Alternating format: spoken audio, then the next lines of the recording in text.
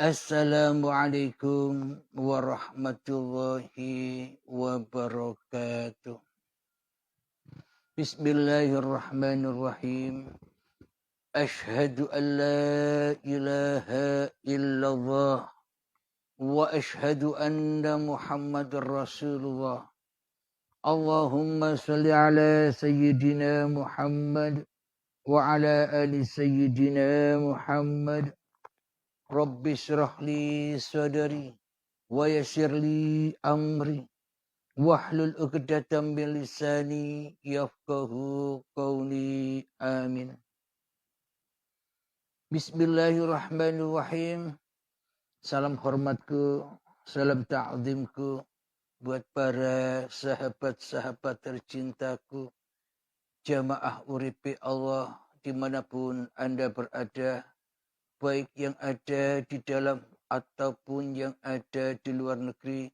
Semoga kita semua senantiasa selalu di dalam lindungan, selalu di dalam bimbingan, selalu di dalam jalan yang lurus di sisi Allah Subhanahu wa ta'ala. Amin ya rabbal alamin. Sebelum kita awali kajian di subuh yang indah ini, marilah kita gembahkan bersama di dalam nyawa, di dalam jiwa, di dalam hati, di dalam ruh, dan di dalam kehidupan ini dengan kalimah-kalimah thayyibah.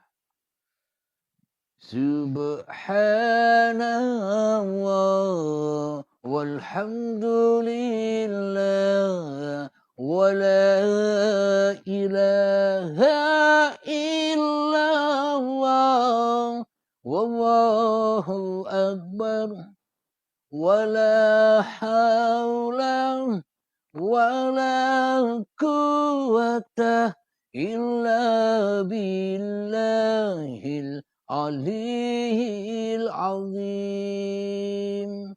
Sadaqallahul azim. Alhamdulillahirabbil alamin.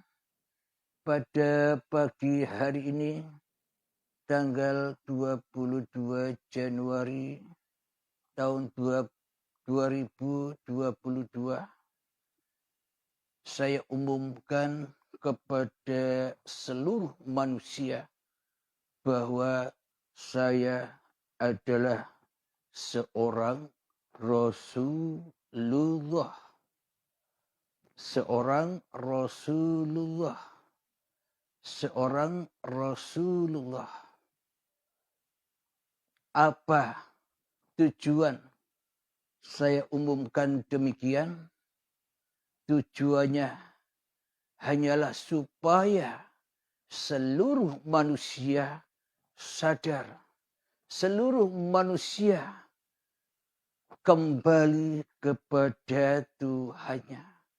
Karena sesungguhnya seluruh manusia itu, apapun agamanya, apapun golongannya, apapun alirannya, dan siapapun nama Tuhannya, seluruh manusia itu pun juga sama seperti saya, yakni sebagai Rasulnya Allah. Jadi bukan saya saja yang jadi Rasulullah, tapi Anda semua, seluruh manusia itu adalah hakikatnya Rasulullah yang tak pernah Anda sadari. Kita semua termasuk saya selama ini hanyalah menjadi rasul-rasul awake dhewe, menjadi rasul-rasulnya iblis dan setan daripada menjadi Rasulullah, daripada menjadi kekasih Allah. Di dalam hati kita selama ini kita lebih cinta menjadi rasul-rasulnya, menjadi utusan-utusannya, menjadi pesuruh-pesuruh hawa nafsu kita sendiri, iblis dan setan kita sendiri, daripada dirasuli, daripada diutus, daripada disuruh Allah di dalam kehidupan ini. Maka sekali lagi saya umumkan, Aku adalah Rasulullah. Agar kita semua berani berontak di dalam hati kita untuk meloloskan diri dari belenggu-belenggu iblis dan setan. Dari belenggu-belenggu hawa nafsu kita. Agar kita bisa kembali ke jalan yang lurus menuju Allah, menjadi Rasulullah, menjadi utusan Allah, dan menjadi pesuruh Allah lagi. Seperti saat kita bayi. Alhamdulillahirrabbilalamin. Mungkin bagi orang atau bagi sahabat yang baru bergabung atau yang baru menyimak di dalam paparan uripe Allah ini, ada yang terkejut dengan judul Aku adalah Rasulullah. Karena memang sesungguhnya seluruh manusia itu Rasul-Rasulnya Allah. Seluruh manusia itu adalah khalifah-khalifah Allah. Seluruh manusia itu adalah pesuruh-pesuruh Allah. Akan tetapi seluruh manusia termasuk saya sendiri selama ini tidak mau dirasuli Allah. Tidak mau diutus Allah. Tidak mau disuruh Allah. Kita selama ini lebih mementingkan kita menjadi rasul-rasulnya diri kita sendiri tanpa Allah. Kenapa tanpa Allah? Kita selama ini menjadi rasulnya iblis dan setan tanpa Allah. Kenapa tanpa Allah? Karena Allah bagi kita semua selama ini kan gaib. Bagaimana mungkin kita bisa menjadi Rasulnya Allah sementara Allahnya tak berguna bagi kita? Bagaimana mungkin kita menjadi utusan-utusan Allah sedangkan Allah sendiri sudah kita dudukkan sebagai makhluk yang gaib. Allah sendiri kita dudukkan sebagai makhluk yang tak ada. Allah saja kita dudukkan sebagai makhluk yang tak punya peran apa-apa bagi diri kita selama ini. Iya tidak. Allah tak ada gunanya. Allah tak ada perannya. Allah tak ada hadirnya sama sekali bagi kita. Mana mungkin kita bisa menjadi Rasulullah. Ataukah kita malah menjadi rasulnya iblis yang sudah hadir di dalam hati kita selama ini. Apa buktinya? Bismillahirrahmanirrahim. Inna syaitana lakum aduwwun mubin. Sesungguhnya setan itu adalah musuhmu yang nyata bagimu. Coba kita praktekkan, coba kita simak, coba kita buktikan, coba kita saksikan di dalam hati kita siapa yang hadir, di dalam hati kita siapa yang wujud, di dalam hati kita siapa yang hidup?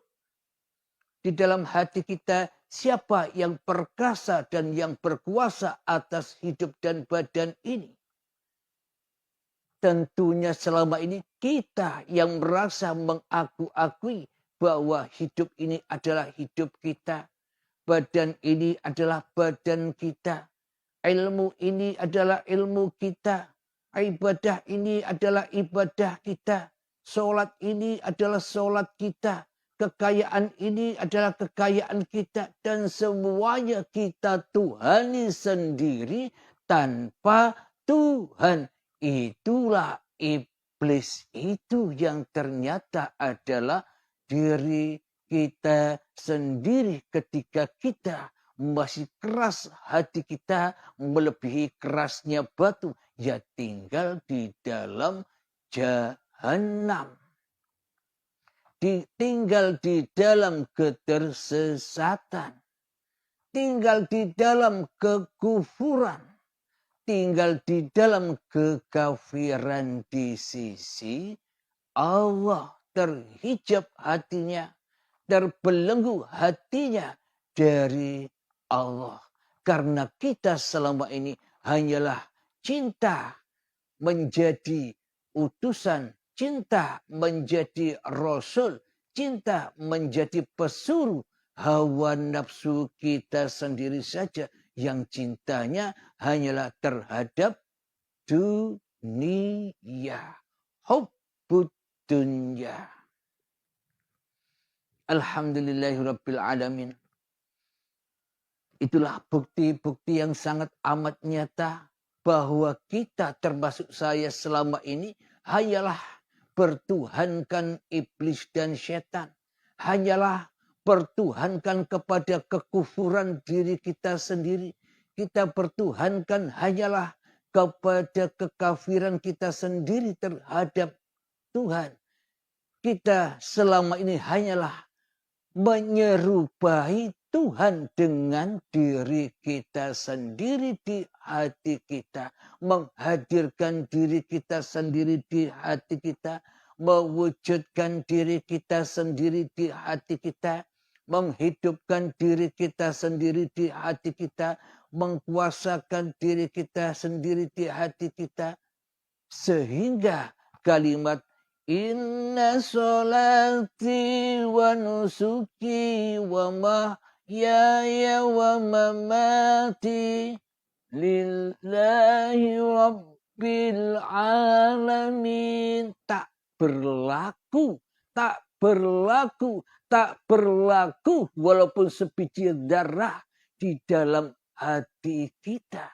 Kenapa? Karena kita bukan Rasulnya Allah. Tapi kita Rasulnya, mentuhankan hawa nafsu kita sendiri. Ya tak bakal bisa mengaplikasikan apa yang dibacanya.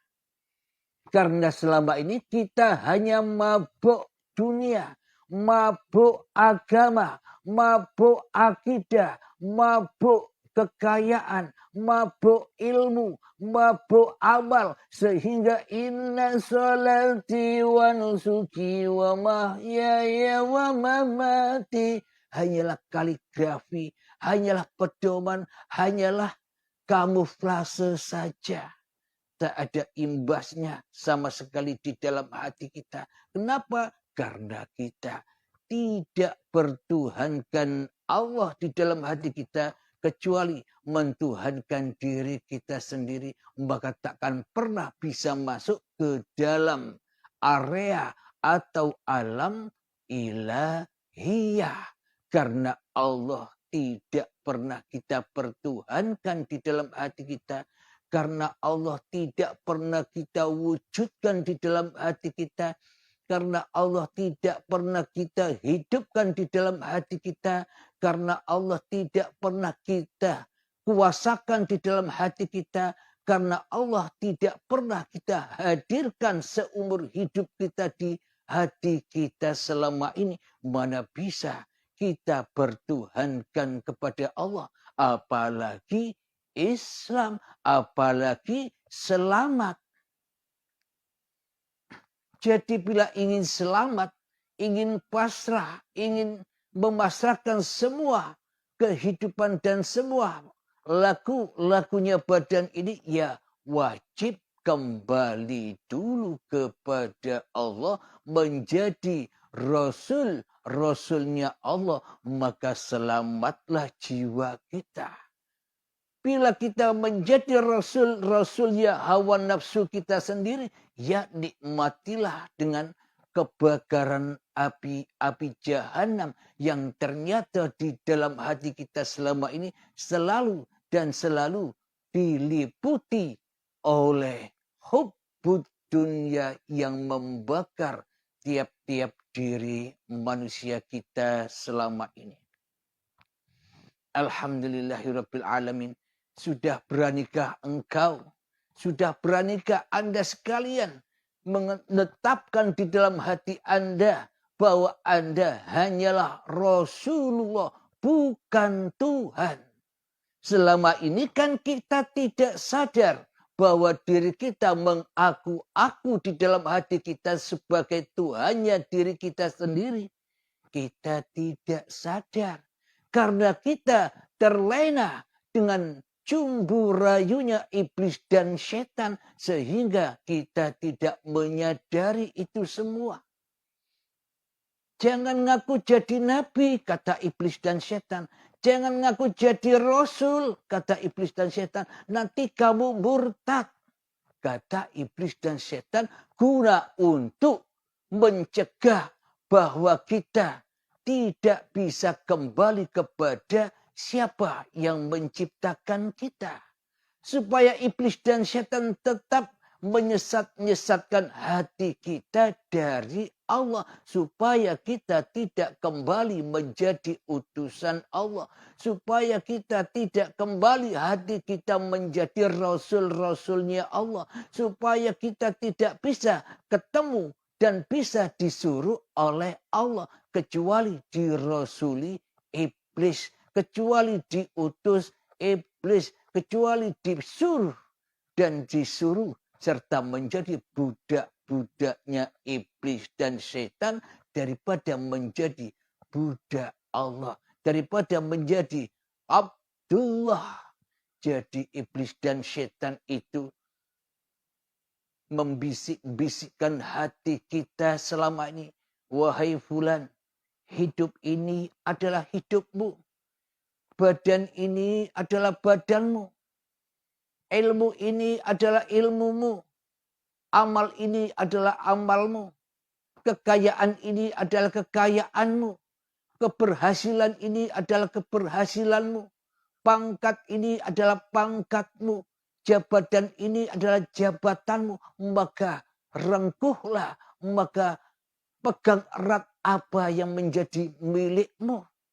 Itulah iblis dan setan yang menyuruh kita, yang merasuli kita agar kita cinta kepada dunia daripada cinta kepada pencipta dunia. Alhamdulillahirabbil alamin. Semoga kita semua menyadari bahwa sesungguhnya kita ini hanyalah rasul-rasul Allah. Hanyalah utusan-utusan Allah. Hanyalah pesuruh-pesuruh Allah. Bukan menjadi rasulnya setan. Bukan menjadi utusannya setan. Bukan menjadi pesuruh setan yang selalu menyuruh untuk khianat. Untuk selalu mensekutukan Allah. Selama ini kita lebih mengikuti iblis dan setan daripada Allah. Kenapa? Karena kita selama ini tidak sadar telah menjadi Allah. Karena kita selama ini tidak sadar telah menyerupai Allah. Menyerupai apanya? Menyerupai kehidupannya. Menyerupai apanya? Menyerupai kekuasaannya. Menyerupai apanya? Menyerupai kewujudannya. Loh, kok bisa aku menyerupai wujudullah? Coba kita logikakan, coba kita hayati. Bila kita tak merasa wujud, apakah mungkin kita bisa menyerupai wujudullah? Bila kita tak wujud. Bila kita tak hidup, apakah kita bisa menyerupai hidupnya Allah, uripe Allah? Bila kita tak hidup, apakah kita bisa menyerupai kekuasaan Allah? Yang selama ini kita akui sebagai kuasa kita. Itu semua terjadi karena kita merasa menjadi Tuhannya hidup dan badan ini. Apa maknanya Tuhannya hidup dan badan? Kita selama ini merasa sebagai pemilik hidup dan badan ini. Itulah cikal bakalnya awal dari segala bencana-bencana yang ada di hati kita ini. Selama itu masih kita lakukan, kita yang merasa hidup, kita yang merasa berkuasa, kita yang merasa bisa apa-apa selamanya. Kita hanyalah maksiat dan maksiat saja kepada Tuhan yang telah menciptakan kita. Apapun nama agamanya, apapun nama Tuhannya, siapapun orangnya, seluruh manusia bila di dalam hatinya tidak menyangka bahwa dirinya merasa menjadi Tuhan, bahwa merasa sebagai pemilik hidup dan badan ini, maka jangan harap bisa berjumpa dengan Sang Kekasih. Jangan harap bisa berjumpa dengan siapa yang menciptakan kita. Alhamdulillahirrabbilalamin. Sebelum kita lanjutkan, marilah kita berlatih dahulu di dalam menghening-heningkan cipta-cipta diri manusia kita, mensunyi-sunyikan cipta-cipta diri manusia kita, menghempas-hempaskan cipta-cipta diri manusia kita, menggelap-gelapkan kewujudan diri manusia kita di hati kita. 3 menit mengheningkan cipta, mulai, silahkan.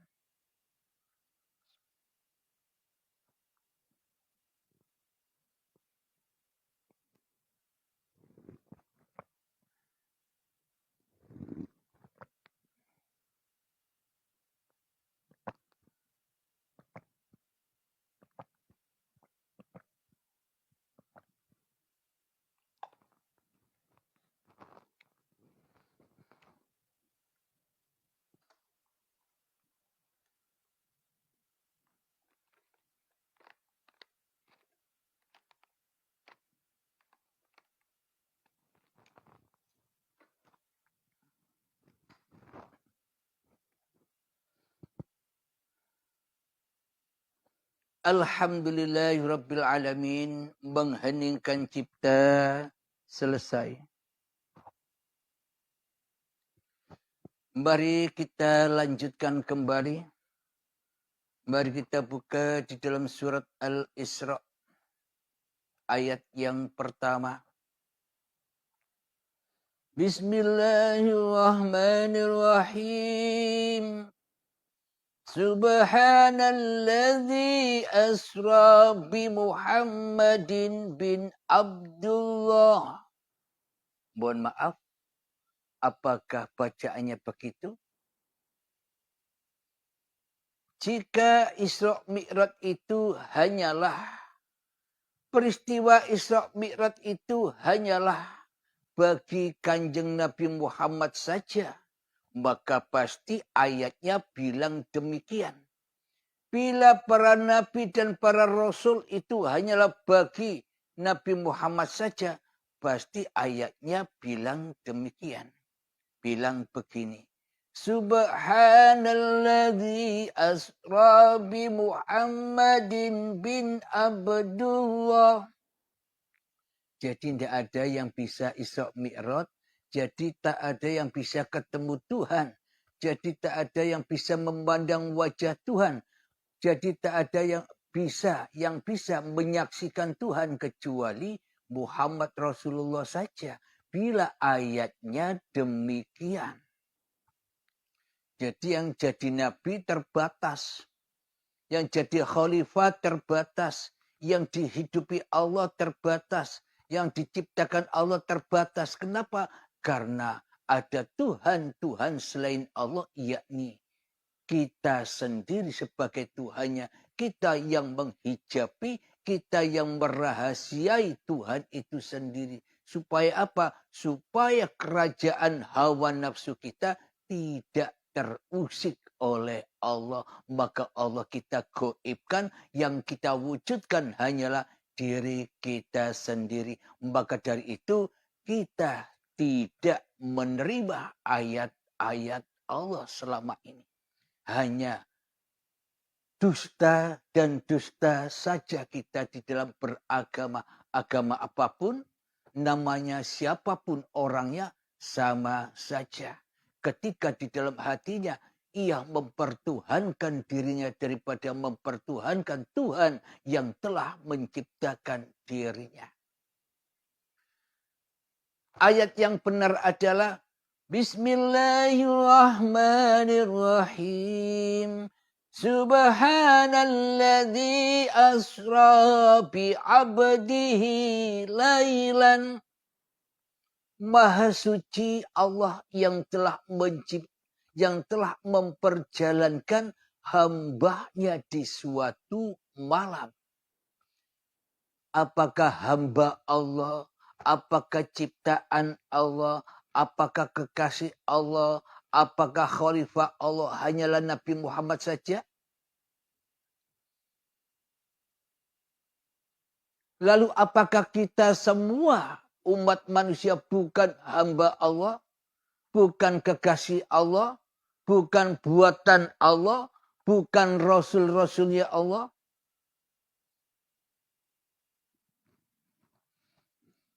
Bila kita hanya memahami makna-makna dari Al-Quran yang secara tertulis saja, maka kita akan terbelenggu, kita akan buta makna-makna yang tersirat di dalamnya. Maha suci Allah yang telah memperjalankan hambanya di suatu malam. Artinya bagaimana sesungguhnya? Maha suci Allah, Maha suci wujudullah, Maha suci uripe Allah, Maha suci kekuasaan Allah yang menghidupi, yang menciptakan cikal bakal badan-badan ini yang dari tanah di suatu malam. Jadi di suatu malam itu bukan malam-malamnya cuaca. Tapi di suatu malam itu ketika kita belum wujud. Suatu malam itu adalah ketika kita belum hidup. Di suatu malam itu adalah ketika kita belum merasa ada dan merasa berkuasa. Itulah yang dimaksud malam. Yang terang benderang hanyalah cahaya ilahi. Cahaya kita malam. Kenapa? Karena hakikatnya kita malam. Karena hakikatnya kita Adam. Karena hakikatnya kita tak wujud. Karena hakikatnya kita tak hidup. Maka dari itu oleh Allah disebut suatu malam. Sebelum kita ada di dunia ini. Jadi Allah yang maha suci dengan kasih sayangnya. Dengan penjagaannya, dengan kecukupannya, dengan pemeliharaannya, dengan keperkasaannya, menciptakan cikal bakal badan yang dari tanah ini. Dari mana? Minal masjidil haram ilal masjidil aqsa alladzi barakna. Dari Masjidil Haram sampai kepada Masjidil Aqsa. Secara syariatnya yang diperjalankan adalah Muhammad Rasulullah secara dohir. Secara yang selama ini kita dengarkan bersama. Nabi Muhammad diperjalankan di suatu malam. Malamnya malam dohir. Berangkatnya berangkat dohir. Raganya raga dohir yang kita pahami selama ini. Kemudian dari Masjidil Haram yang di Mekah sana dohir. Dan Masjidil Aqsa yang di Palestina sana dohir. Semuanya serba dohir. Dohir itu apa? Bohongan. Dohir itu apa? Ayang wae. Bila tak ada uripi Allah, apa ada perjalanan dohir? Bila tak ada la ilaha illallah, apakah ada manusia? Coba hayati. Iman dan takwa Allah itu babakan hati, babakan batin. Bukan babakan lahir saja. Tanpa batin tak ada yang dohir. Tanpa Allah tak ada manusia. Tanpa uripe Allah takkan pernah ada perjalanan. Yang dimaksud Masjidil Haram itu adalah tanah tempat seluruh manusia awal mula berada adalah tanah. Tanah yang suci bersih diberangkatkan, diciptakan, digerakkan oleh uripe Allah hingga menjadi tumbuh-tumbuhan. Digerakkan lagi, diperjalankan lagi dengan kasih sayang dan kecukupannya Allah menjadi buah-buahan, sayuran dan padi hasil dari tumbuh-tumbuhan itu. Diberangkatkan lagi, digerakkan lagi oleh uripe Allah, dipetiklah hasil buah-buahan, hasil sayuran dan padi itu dimakan oleh calon-calon kedua orang tua kita. Sehingga diproses di dalam tubuh, dipilah-pilah di dalam tubuh hasil makanan-makanan itu sehingga menjadi sel sperma dan sel telur. Ketika dipertemukan kedua orang tua kita, maka jadilah cikal bakal badan yang diperjalankan tadi menjadi gumpalan darah. Kemudian hijrah lagi, dihijrahkan lagi, diperjalankan lagi menjadi gumpalan daging.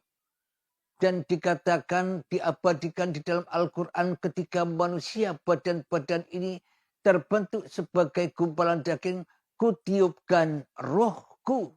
Diabadikan di dalam Al-Quran, kutiupkan rohku. Berarti layakkah manusia punya roh? Layakkah manusia punya hidup? Layakkah manusia punya hidup dan badan ini? Padahal hidup dan badan hanya milik Allah. Hanya dohir batinnya Allah. Hanyalah rahasia-rahasia Allah yang terpendam di setiap diri manusia. Alhamdulillahirrabbilalamin.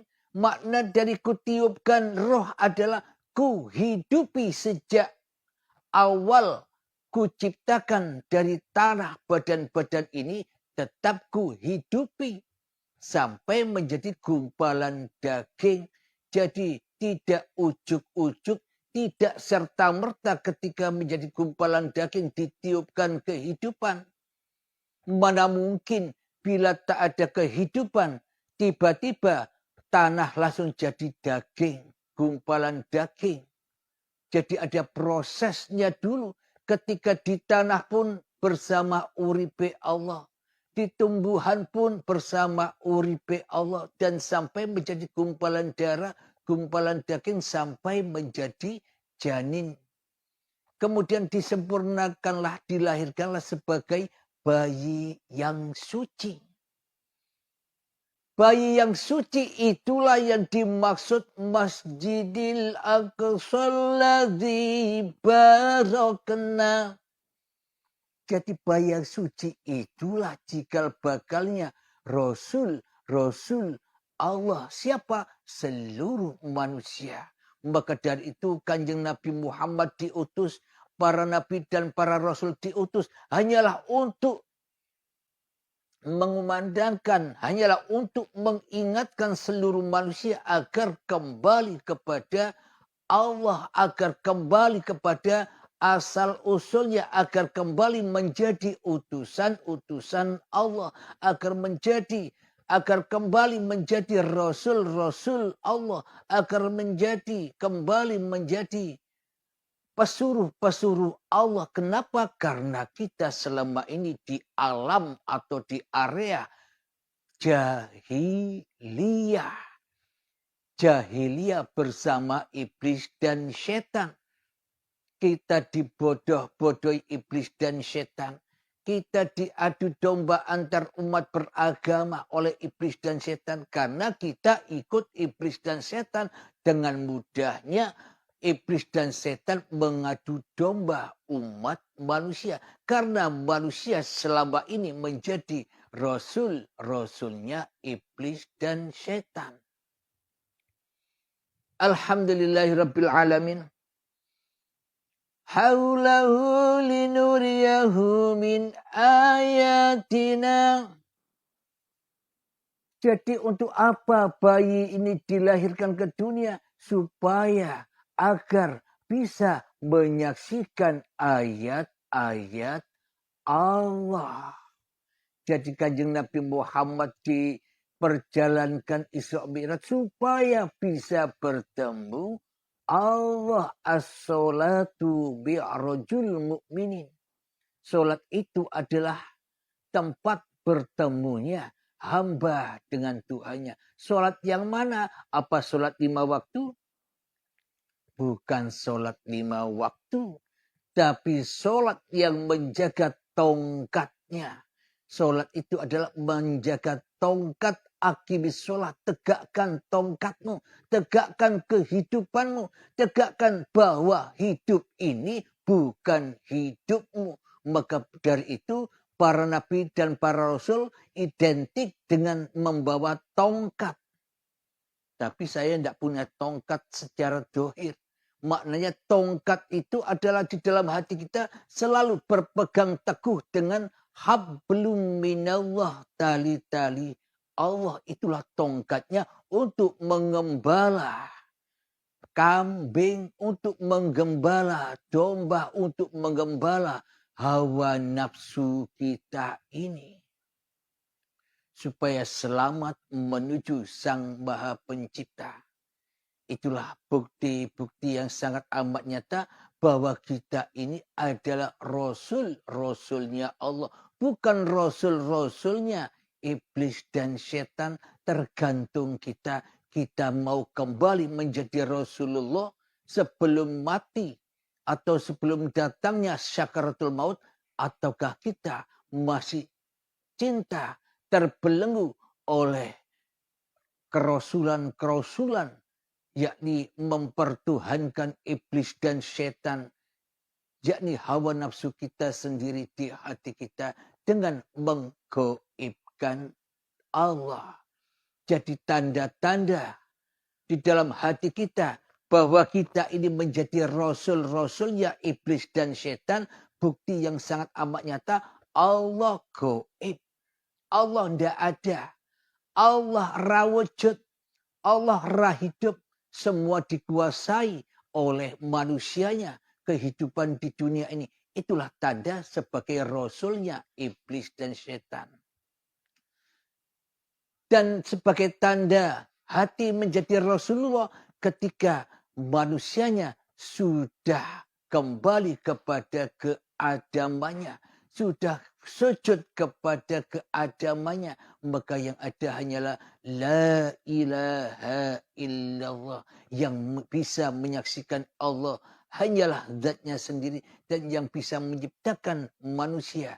Dialah yang menciptakan manusia. Jadi syahadat 2 itu bukan milik manusianya. Tapi milik Allah. Bila yang mengucap, bila yang menyaksikan masih manusianya, ya masih jadi rasulnya iblis dan syaitan. Alhamdulillahirrabbilalamin.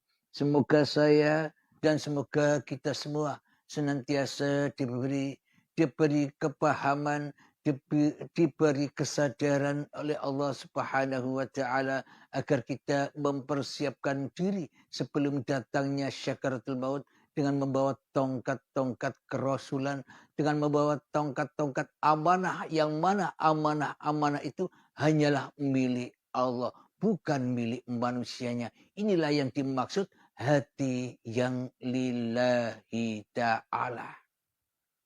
Amin ya rabbal alamin. Sebelum kita akhiri, marilah kita kebahkan salawat dalimin daf'ul bala. Allahumma salli ala sayyidina Muhammad wa asghili zalimin bil zalimin. Allahumma salli ala sayyidina Muhammad wa asghili zalimin bil zalimin wa ahri أخرجنا من بينهم سالمين وعلى آله وصحبه أجمعين اللهم يا قاضي الحاجات اللهم يا مجيب الدعوات اللهم يا رافع الدرجات اللهم يا محل المشكلات اللهم يا شافي الأمراض اللهم يا كافي المهمات اللهم يا دافع البريات اللهم اختم لنا بالإيمان اللهم اختم لنا بالإسلام ربنا اغفر لنا ولوالدينا وارحمهما كما ربيانا صغارا ربنا آتنا في الدنيا حسنة وفي الآخرة حسنة وقنا عذاب النار والحمد لله رب العالمين آخر كلام السلام عليكم ورحمة الله وبركاته.